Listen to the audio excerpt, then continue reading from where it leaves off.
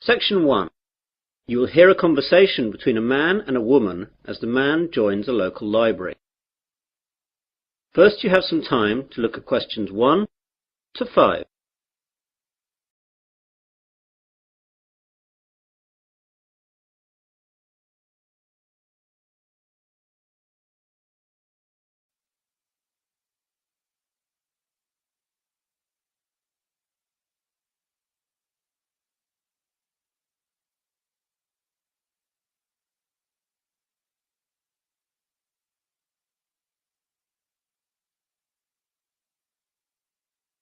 You will see that there is an example. This time only, the conversation relating to this will be played first. Hello, I'm new in the area and I'd like to join the library, please. That's no problem. Let me get an application form. Here we are. Now, all we have to do is fill this in and then I'll get you to sign it and you'll be a member. Great. Now then, what's your full name? Peter Adrian Camden. How do you spell Camden? C-A-M-D-E-N. C-A-M-D-E-N? Yes, that's right. So, Camden is the correct answer. Now we begin. You should answer the questions as you listen, as the recording is not played twice. Listen carefully to the conversation and answer questions 1 to 5. Hello, I'm new in the area and I'd like to join the library, please. That's no problem. Let me get an application form. Here we are. Now, all we have to do is fill this in and then I'll get you to sign it and you'll be a member. Great. Now then, what's your full name? Peter Adrian Camden. How do you spell Camden? C-A-M-D-E-N. C-A-M-D-E-N? Yes, that's right. Right. And what's your address? Flat 5, 53 Green Street, Finsbury. OK, got that. That's near here, isn't it? Yes, just 5 minutes walk. What's the postcode? 7434. Got that now. Now, can you tell me your date of birth? 8th of July 1976. And what's your telephone number? Well, I don't have a home number, but I've got a mobile. That'll do fine. It's 06634 982 746. Did you get that? Some of it. Can you say it again? The code's 06634 and the number's then 982 746. Right. That's almost it. Now I need some kind of identification to prove where you live. Do you have a driving licence or a passport or anything like that? I'm afraid that everything I have has got my old address on it. Do you need it now? No, not now, but you won't be able to take anything out until we see that. Wait a minute. I've got a letter addressed to me here that arrived this morning. Will that do? Oh yes, that's a good idea. That will be fine. Let's look. OK, well that's finished. Before the conversation continues, you have some time to look at questions 6 to 10.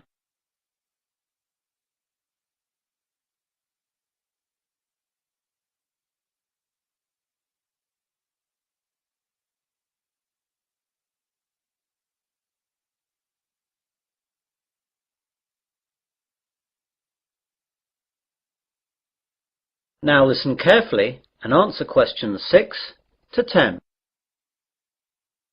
Could I ask you a few questions? The council that runs the library is running a survey to find out what kind of books people prefer so that they can direct their buying. Yeah, no problem. OK, so what type of books do you like? Well, I'm very keen on mysteries. You know, when a detective is trying to find out who did the murder. Historical novels interest me too. Romance, never. My sister loves them, but they bore me to tears. I quite like books on animals too. I get them out sometimes. Not science fiction either. Too weird.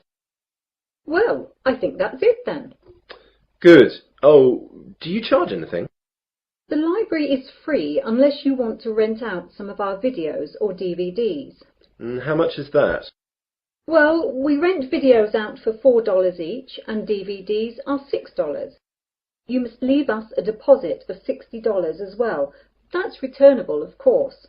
I don't think I'll get any of those just yet. Can I pay later? Sure, just give the money in when you're ready to rent them out. Well, thanks very much. You've been very helpful. I might take a book out now for the weekend, if that's okay. Go ahead. Well, goodbye. That is the end of section 1. You will now have half a minute to check your answers.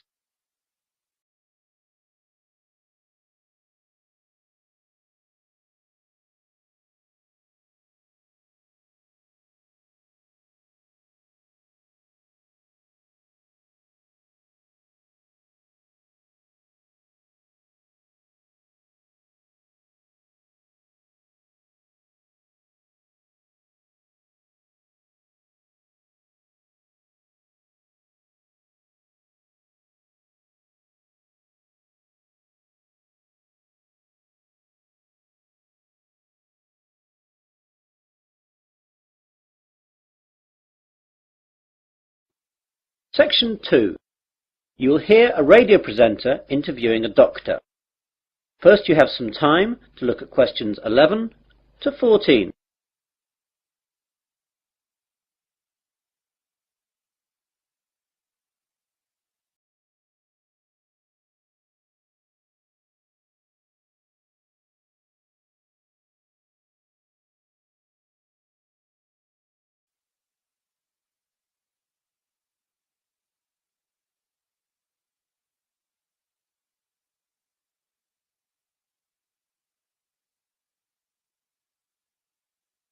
Now listen carefully to the interview and answer questions 11 to 14. Hello everyone. I've just been joined in the studio by Dr. Matthew Johnson. Dr. Johnson works at the Wesley General Hospital and he's here today to tell us all about giving blood. Good morning, Matthew. Good morning. So Matthew, why is it important for us to give blood? Donating blood is not important. It's actually vital that people do this. Without donated blood, thousands of people would die every year, and it's something that could affect everyone. We all expect blood to be there for us, but barely a fraction of those who can give do. Yet, sooner or later, virtually all of us will face a time of great vulnerability in which we will need blood, and that time is all too often unexpected. The need for blood is great. On any given day, an average of 38,000 units of red blood cells are needed.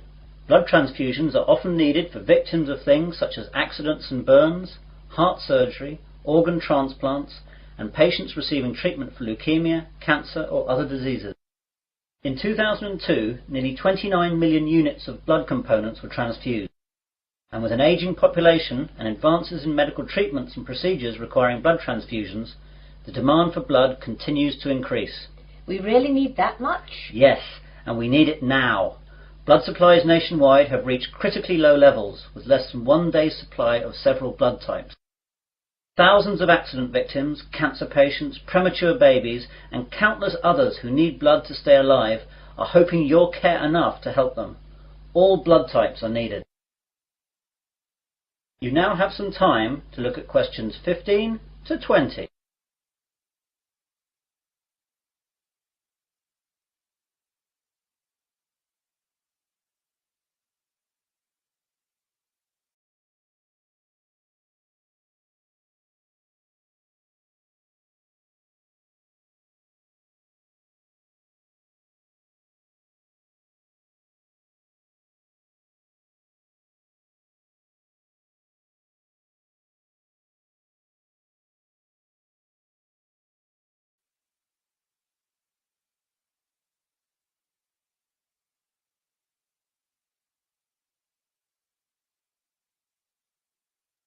Now listen to the rest of the conversation and answer questions 15 to 20. What are the different types? It's a bit more complicated than that. First we collect the whole blood from donors, and then it's sorted into the different types, which are basically O, A, B or AB, though there are also divisions here. Then the blood is split into its constituent parts. We divide it into 4 basic parts. First there are the red blood cells, then the white blood cells, then things called platelets, and finally plasma. This is shipped off to hospitals where they use the blood parts that the patients need. What are the different parts used for? Well, as I said before, the whole blood is your blood in its natural state, and something we rarely use. It's much more useful to us to have it separated into its component parts. Red blood cells are what everyone associates with blood, i.e. it's red. It's widely used to replace lost blood during surgery or when people hemorrhage. Its main function is to carry oxygen to cells. White blood cells are the most important part of the body's immune system, and they're used for patients whose normal defense systems aren't working properly. Platelets are crucial for making your blood clot, and we need to give them to patients who suffer from illnesses that deplete their natural levels of platelets, or they will bleed to death. Finally, plasma is what carries the other parts of blood around, and needs to be administered with any of the other components. Take away the red blood cells, and this is actually yellow. So that's what blood is all about. Now, you're here in Wesley today to collect blood. Can you tell us where and when we can donate? Of course. We're set up here today, that's Wednesday, and for the next 2 days at Wesley General Hospital at the outpatients department. Come along between 9 a.m. and 4:30 p.m. and we'll be able to deal with you within 1 hour. And let me tell you a few things that will calm your fears about giving blood. Aside from a brief needle prick, it doesn't hurt to give blood. Your body will replace the blood you donate within days of your donation. And finally, you can't catch AIDS, hepatitis, or any other disease by giving blood. And of course, you get a cup of tea and a biscuit afterwards. And can anyone give blood? Almost everyone. Donors must be in generally good health, be at least 17 years of age, weigh no less than 110 pounds, have not received a tattoo within the past year, and not have donated whole blood within the past 56 days. We screen donors with a series of questions before we take the blood, so if you're unsure, come down and we'll let you know. Please come down and see us. Remember, if you can donate 1 pint of blood, this can save up to 3 lives. Well, thanks, Matthew. I, for one, will definitely be going down to Wesley General to donate. That is the end of section 2. You will now have half a minute to check your answers.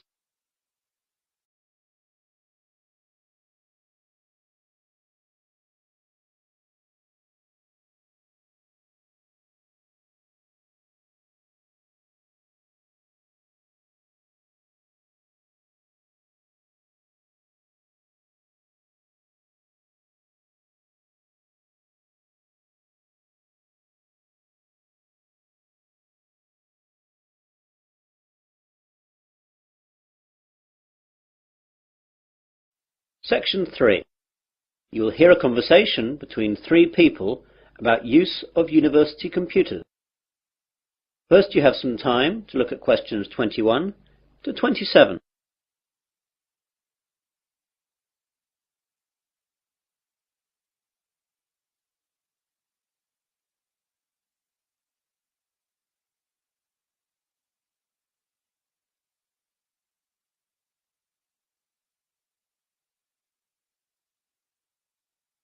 Now listen carefully and answer questions 21 to 27.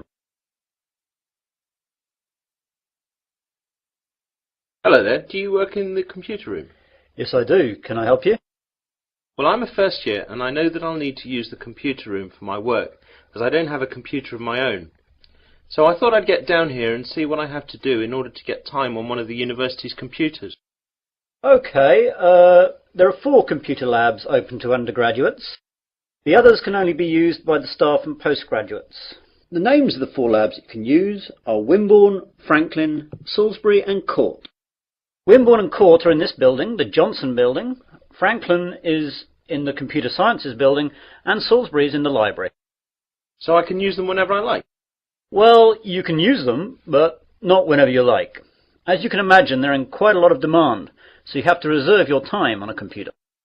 In each of the labs there is a reservation book, and you can reserve your time on a computer in that for 2 hours daily. If a computer is free, though, you can go on it straight away. It's quite straightforward, but be sure to always write your name in the reservation book in pen, or someone can rub it out and put their name in instead. Oh my God, does that really happen? I'm afraid so, and far more often than you would think. When people are stressed about their assignments, they'll do anything to get some time on the computers. Better not try it yourself, though, or you'll be banned from the computers for the rest of the academic year, and your password and username will be taken away. That reminds me, I've got to get a username and password. How do I go about that then? Well, what I'll do is to pass you over to my colleague Jane, as she's in charge of all that. Jane? Yes, Dave? I've got a new student here wanting to find out about usernames and passwords. Can you help him out with that? Yeah, sure. Hi there. Hi. Well, it's a straightforward process. First of all, tell me your name and I'll type it into the system. James Smith. Right, let me do that. You see, all students are automatically given a username and then they just choose a password themselves. OK, so your username is James Smith 2. That's all small case. That means there must be more than one of you at the university at the moment. Well, what do you want your password to be? I think I'll choose biology, as that's the subject that I'm studying, though my girlfriend Mary will be upset that it's not her name I'm using. Well, that's all done. You can now use any of the 4 undergraduate computer labs. By the way, can I print out stuff at the labs? Yes, you can, but sometimes it's not quick. When you print, it goes into a queue and it'll be left in a tray in Franklin, as that's where all the main printers are. The good bit is that, although last year it cost 3p per page, now it doesn't cost you anything. You now have some time to look at questions 28 to 30.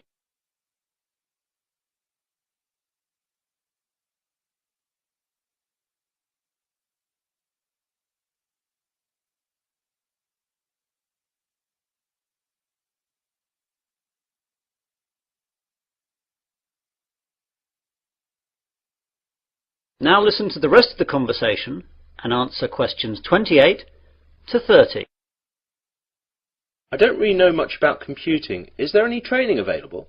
Yes, we have introductory courses for all new students. There is beginner, intermediate and advanced. Which would you like to go for? Well, I have done some, but I don't know if I'm up to anything more than beginner. I'd better stick with that. Intermediate could be too tough. Well, your course is in Franklin then. We're in Court now. You know where that is? That's in this building too, isn't it? No, that's Wimborne you're thinking about. Franklin's over in the Computer Sciences building. Anything else? I don't know what time the course starts. Let's have a look then. Advanced starts at 4:30 in the afternoon on Mondays, but yours is the day after at 5 in the afternoon. Are there any other times, as I've got a part-time job then? Yes, you could try Thursday at 2 p.m. How's that? Even worse, as I've a tutorial then. Anything else? No, that's it. I'll have to rearrange work then. I can't miss the tutorial. That is the end of section 3. You will now have half a minute to check your answers.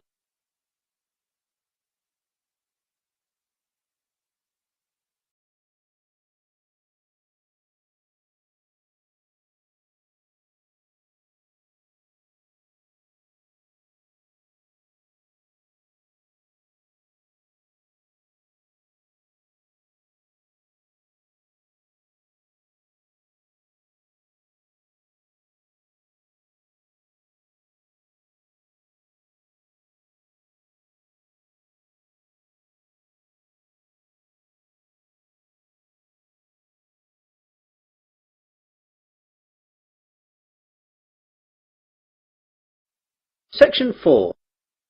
You will hear part of a university seminar given by a student. First, you have some time to look at questions 31 to 40.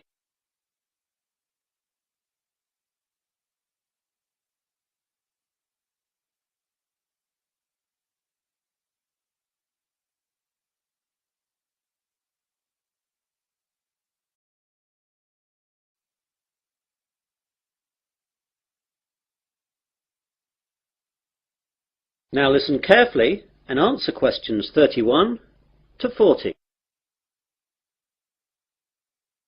Good afternoon, everyone. In today's seminar, we're going to continue listening to different students giving us a presentation on the subject of their term paper. Now, today is Hillary's turn. So, what are you going to talk about today, Hillary? Well, Some of you will know that I was brought up when I was young in Japan, and I'm going to do my term paper on Japan's bullet trains, which have revolutionized their rail industry. Japan's main island, Honshu, is covered by a network of high-speed train lines that connect Tokyo with most of the island's major cities and Fukuoka on the island of Kyushu. Japan's high-speed trains are called Shinkansen, but are known to us as bullet trains. The Japanese bullet train system is credited with being the world's first purpose-built high-speed railway, and the model and inspiration for all other similar type systems running today, such as the French TGV. The reputation it has earned for safety, speed, and punctuality is unsurpassed. I'd like to give you some figures about that. As regards safety, there has never been a death on the bullet train system since its inception in 1964, other than that caused by deliberate passenger misadventure. As far as speed is concerned, the bullet train holds the current world record for the fastest average speed between two station stops, which was 261.8 kph between Hiroshima and Kokura. The train travelled 192 kilometres in 44 minutes. This record is from the 500 series Nozomi trains, running at a maximum speed of 300 kilometres an hour between Shin Osaka and Hakata. I'll talk more about them later. The punctuality puts European train services to shame. Most trains arrive at their destination after several hours to within the second. In 1 year, the total time that all bullet trains were late by was 12 seconds. This statistic is hard to believe, but it would be difficult to prove otherwise, and that's what the rail authorities in Japan have told us. Now I'd like to tell you a bit about their history. The first bullet train was introduced in 1964 by Central and West Japan Railways for the Tokyo to Osaka route. Most of these old trains have now been discontinued. There have been several bullet train models since then. The most recent ones have been the 300, 500 and 700 series, and it's the 500 series one that can travel at 300 kph. The bullet trains operating in Japan today are of the three following categories: Nozomi, Hikari and Kodama. The Nozomi trains stop only at the most important stations and reach Osaka from Tokyo in only about 2.5 hours, and it's the most modern of bullet trains that serve as Nozomi. Hikari trains stop a little bit more frequently than Nozomi trains and need roughly 3 hours to reach Osaka from Tokyo. Kodama trains stop at all stations, and they are the local trains among bullet trains. Older models of bullet trains serve as Kodama. I'd like now to talk a little bit about the technology involved in bullet trains. The Shinkansen bullet trains consist of electrically powered cars. That means basically all individual cars are equipped with electric motor driving systems. This is in contrast to locomotive trains, in which the locomotive pulls the passenger coaches. The realization of the high-speed Shinkansen with the electric train system had a great significance. The French train à grande vitesse, or TGV, runs on a centralized power system, in which the heavyweight, high-output locomotives at both ends pull the passenger coaches. It's a system suitable to European railways, which run basically on straight tracks in wide plains with solid foundations. However, it is unsuitable in Japan, where the ground is flimsy and the tracks full of curves and undulations, and intercity distances are short, making it necessary for the trains to accelerate and decelerate frequently. One of the advantages of the electric car system is that the motor functions as a brake to reduce the speed of the train. When the power feed to the electric car motors is stopped, the wheels continue revolving, keeping the motors rotating, resulting in electricity generation by magnetic induction. As the force acts in the direction opposite to the axle's motion, it functions as a brake to the train. All the motors equipped on each coach can be utilized effectively to reduce the speed, making the electric train system advantageous on Japanese railways, which involve frequent deceleration and acceleration. In addition, by virtue of the remarkable progress achieved recently in semiconductor technologies, the electric train system has undergone tremendous improvements in power, operability and safety administration, so the system is becoming increasingly advantageous. That is the end of section 4. You'll now have half a minute to check your answers.